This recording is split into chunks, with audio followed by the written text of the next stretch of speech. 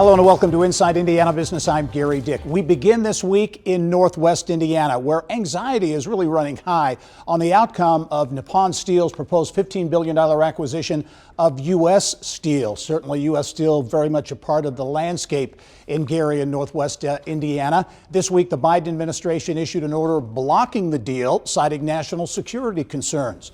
2 days later, both U.S. Steel and Nippon Steel in federal court with a clear message: we're not giving up.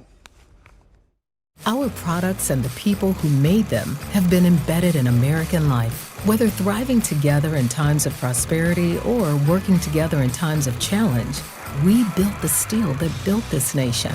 There is perhaps no place in America where the bond between a city and an industry is stronger than in Gary, Indiana. U.S. Steel founded Gary in 1906, and 119 years later, Gary remains home to the largest integrated steel mill in the Northern Hemisphere. Smaller than it once was, but still the region's largest employer with nearly 5,000 workers. The economic and emotional ties are very real. Everybody at one point either knew a family member or a friend who was working in one of the mills.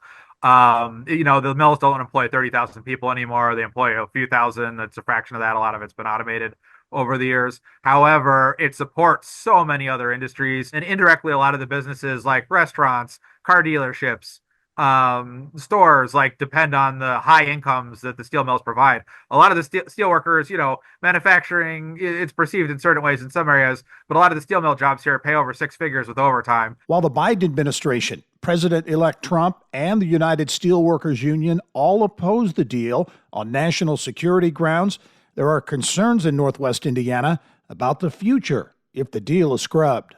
Michael Jackson might be the most famous resident in Gary, but the men and women of Gary Works will build the future of the region.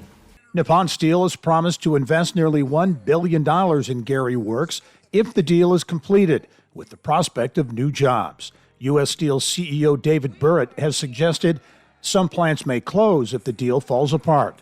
For Gary and Northwest Indiana, the stakes are high.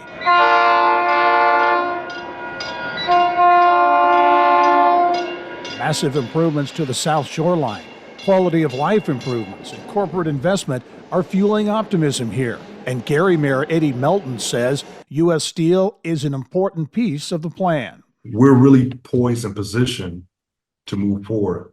And having a deal like this would expedite that, and it will reassure that success. The plan that I'm putting in place now,